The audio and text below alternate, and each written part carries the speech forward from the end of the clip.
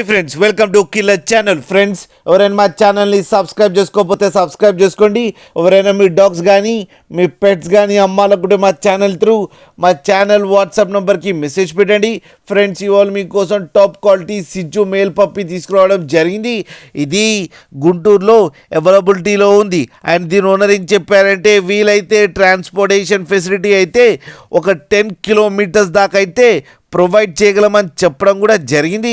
And ఈ పప్పి age వచ్చేసరికి 36 days అని చెప్పారు ఫ్రెండ్స్. అండ్ ఇది మేల్ పప్పి. అండ్ ఈ మేల్ పప్పీకి 18,000 రూపీస్ డిమాండ్ చేస్తున్నారు.